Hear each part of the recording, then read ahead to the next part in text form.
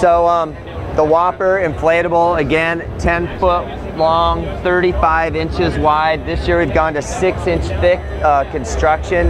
We've added 50% more volume for the river. It really helps keep you up on top of the water. Plus you can pump these boards up from 15 to 20 PSI, so you're getting a really stiff product, and it allows you to surf the waves and paddle down the river a lot easier with a stiffer board. Don't be fooled by the less expensive boards. They only go to 12 PSI. That thing is still gonna be a noodle. These things are stiff when you pump them up.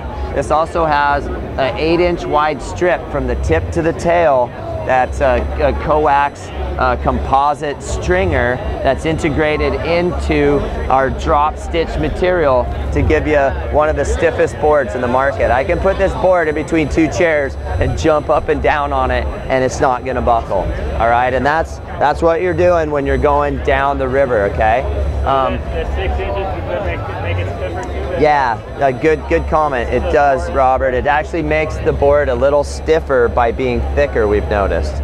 So we've taken that technology right into some new stuff, which is our race boards. So we've got a 12-footer, a 14-footer, and a 16-footer this year. So we're doing what's called a race touring hybrid.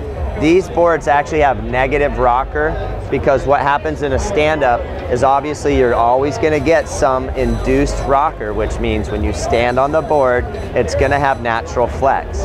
So if you give an inflatable board a lot of rocker like we've seen in the past, when you stand on it, it looks like a banana, right? So what we've done is we put negative rocker in these boards just a little bit, so that when you actually stand on the board, that board's going to be flat and fast riding through the water. So we've compensated for that induced rocker by putting actually a little bit of camber in the board. So that's an industry first. This 12.6 right here, 19 pounds. So it's very light. It packs up in a really sweet backpack.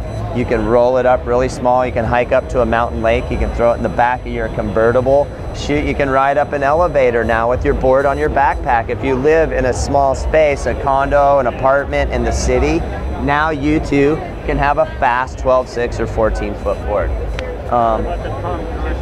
We actually have a newly designed pump.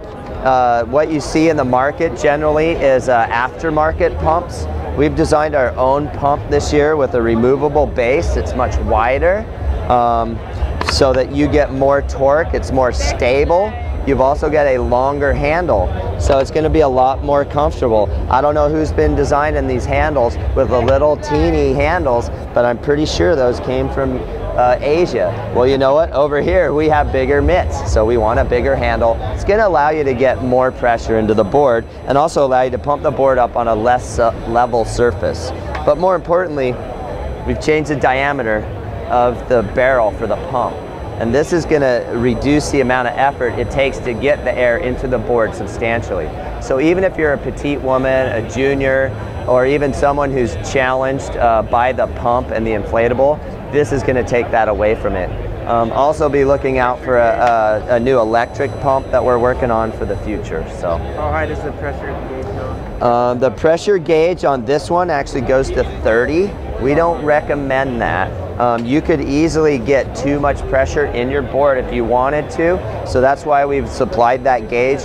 We recommend 15 to 18 pounds. Personally, I like it to pump them up quite a bit. Some people don't want to, you know, take the extra time and effort, and they're not looking for that performance, but I like something nice and stiff. And I also want to have something that I know, you know, I can ride on maybe with a friend or my dog or something like that, and gives you a little more air in the board. So that's kind of a line showing of our inflatable Astro series this year. We've added several models, and one last model that I'm pretty excited about is going to be a board that's going to allow some of our hardcore surfers to go and stand-up paddle in new exotic locations. And it's based on our wide point design. This is a 7-foot, 8-inch inflatable performance surfing stand-up. This thing weighs 16 pounds. I think if you folded it in half and rolled it up, you could probably squeeze it into a carry-on bag. So this is going to allow you to go to places and surf in locations that normally personally, you'd probably be on a pro snorkel tour with your girlfriend. Now, you're gonna be out there paddling, having a great time. Who knows, maybe even doing a little snorkeling too. Nothing wrong with that, but I'm pretty excited about that, doing some exploratory trips, something real small and compact. This is 7-8 by at least 32 inches wide.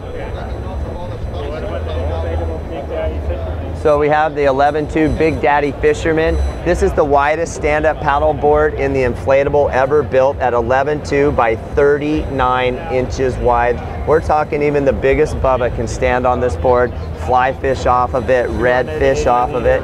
280 liters. It's got the brown EVA deck, so if you're gonna clean your fish on the board, it's not gonna stain your deck. It's also got rod holders here in the back, so you can take a couple rods with you. It's got lashing points for your tackle box and anything you might need, or of course your cooler. So pretty excited about that.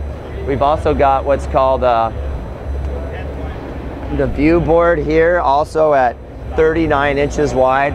This is going to be a really fun board for your clear water locations. Hawaii, let's face it, people love to look at wildlife while they're stand-up paddling, so why not have a board that you can view that right from above. This board here has so much volume you could get the whole family on it. Something great for a rental. And then we've got the tender. So you got a yacht, you've got a nice little sailboat, you want your stand-up paddle boards on board. You don't want to be lashing them up to the side, dinging your boat and dinging your board. Well, now we have the tender. And what's cool about this is, of course, you can always deflate your board and put it underneath. But what about when you want to use it to commute back and forth? Maybe you use this instead of a dinghy. And what it has is it's going to come with a D-ring up in the front, so that you're going to be able to tow it behind the boat. I don't know if this is the one. There's one that has a D-ring. It's going to be on the underside, so that as you're towing it, you're going to be able to actually tow that behind your yacht, and it's going to tow because the D-ring's attached to the bottom and the front. So that's going to be your new dinghy. So we're trying to reach some different avenues and some niches here at Starboard, and that's really fun. Another thing that I'm really excited about for this year is going to be the paddles. So we put a lot of development into the paddles.